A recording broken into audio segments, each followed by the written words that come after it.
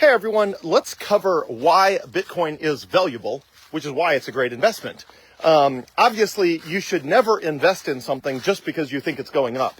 That's called pure speculation. And if there's not underlying value in whatever you're investing in, then just as likely that it's going up, it's even more likely that it will come back down.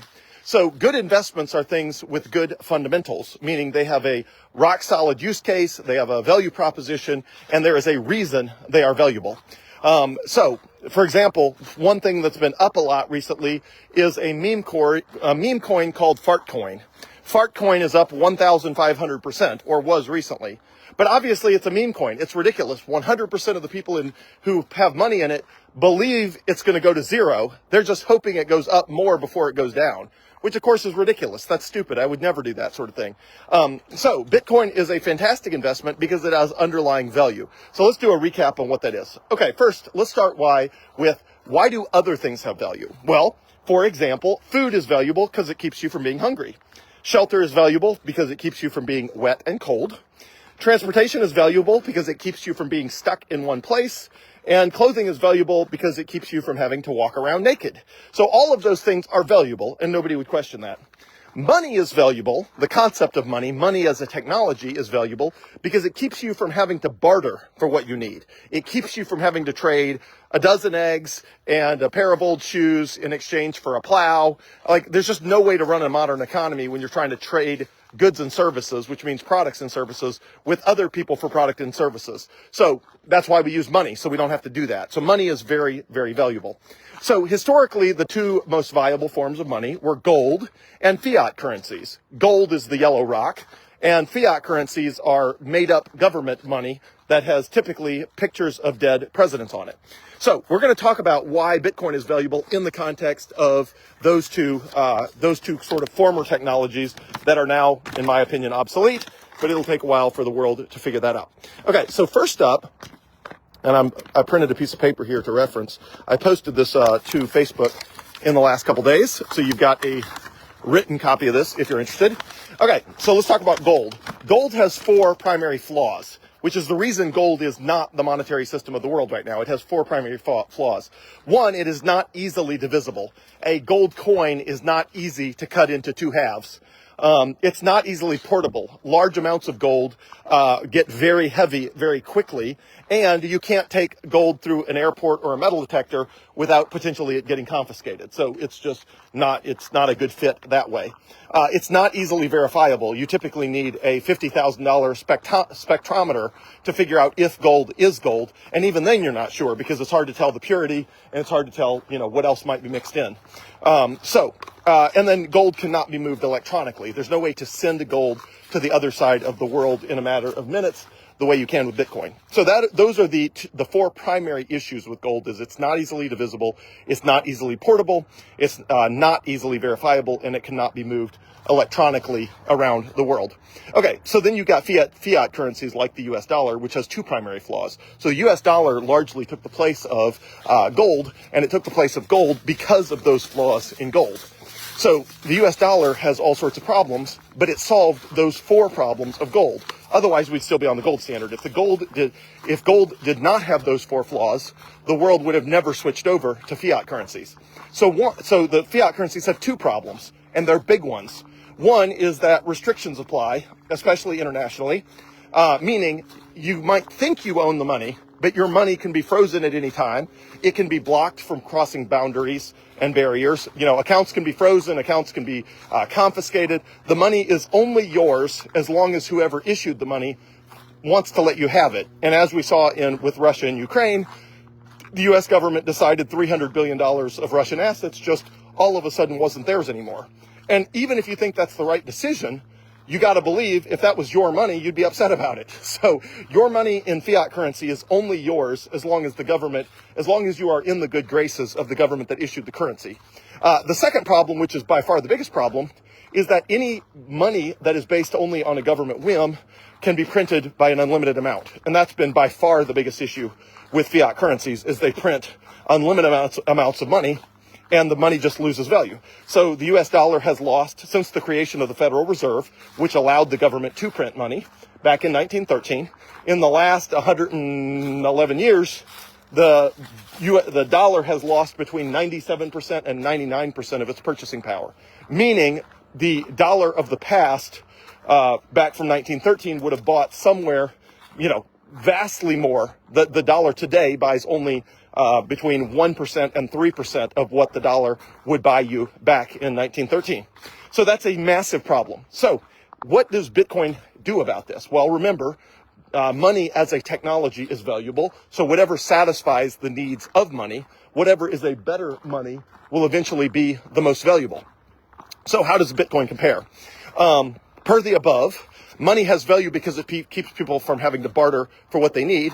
And Bitcoin specifically has value because it's a better money. So for example, it's more divisible than gold. It's easy to divide Bitcoin in up to 100 million units per coin, which right now is worth the smallest unit is less than 1/10 of 1 penny.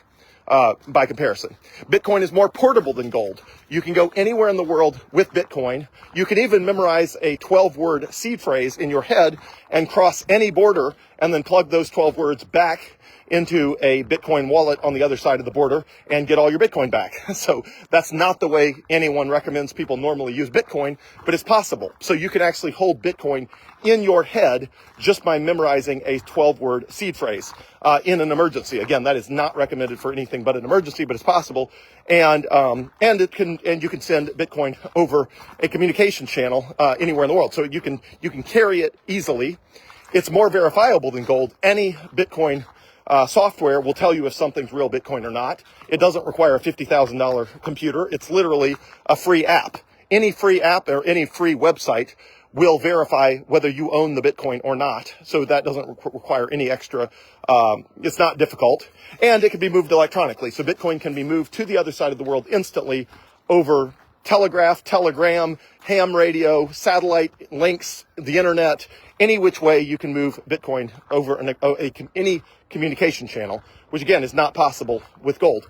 Also, Bitcoin does not have the restrictions that fiat currencies have. So you can go through over any border with Bitcoin. And if you self-custody in something like BitKey, nobody in the world can freeze your account. There's literally no possible way, short of incarcerating your human person and not allowing you, that they can control what you do with your Bitcoin. Other than that, your Bitcoin is yours. It doesn't matter where in the world you live and whether or not you are in the good graces of whatever dysfunctional governments you might be near.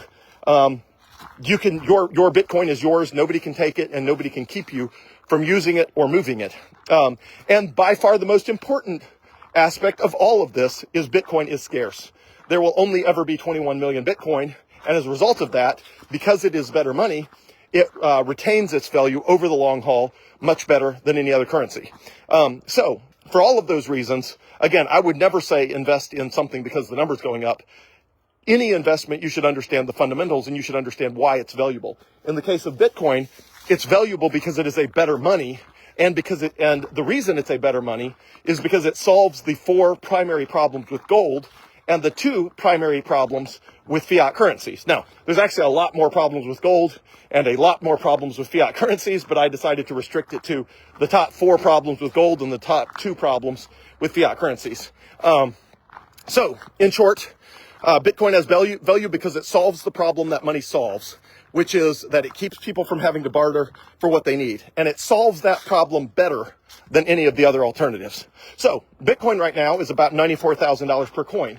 At $94,000 per coin, it is 13% below the all-time high recently of 108,000.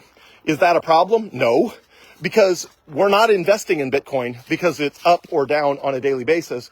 We're investing in Bitcoin because it is a better money for the world, and it will outcompete all other monies of the world.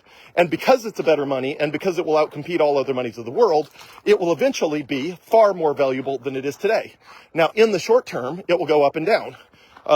It'll go up and down a lot, which is actually a good thing, because when there's no more volatility, it means there's no more upside. The point at which Bitcoin is just slowly plodding along with very little change also means the potential upside is very limited as well. So you should welcome the volatility of Bitcoin because it means there's still a lot of potential upside. When the volatility goes away, so does the upside, which probably will not be, the volatility has been slowly falling over time. And eventually it will be, Bitcoin will be the least volatile thing in the entire world, meaning it will go up and down less than anything else in the world. But that's decades into the future. Between now and decades into the future, Bitcoin will go up and down. And the more it goes up and down, the more potential it has to go up, which is actually a good thing. So anyway, that is why Bitcoin's valuable. That is why, in my opinion, everyone should invest in Bitcoin. And that is why the upside of Bitcoin far exceeds anything we've seen so far, which means it's 13% on sale right now, which is great. It gives you an opportunity to buy Bitcoin 13% cheaper than whoever bought it at 108,000 a coin. I don't know how much longer it'll be on sale. Nobody knows. Nobody knows if it will go down more before it goes back up. It doesn't matter. All that matters is that in the long run, it will be extremely valuable and much more valuable than it is now. And therefore, it makes sense to buy as much as conceivably possible right now. That's all that matters. And then hold on to it as long as conceivably possible. And you will have an asset that appreciates better, in my opinion, than anything else you could possibly buy.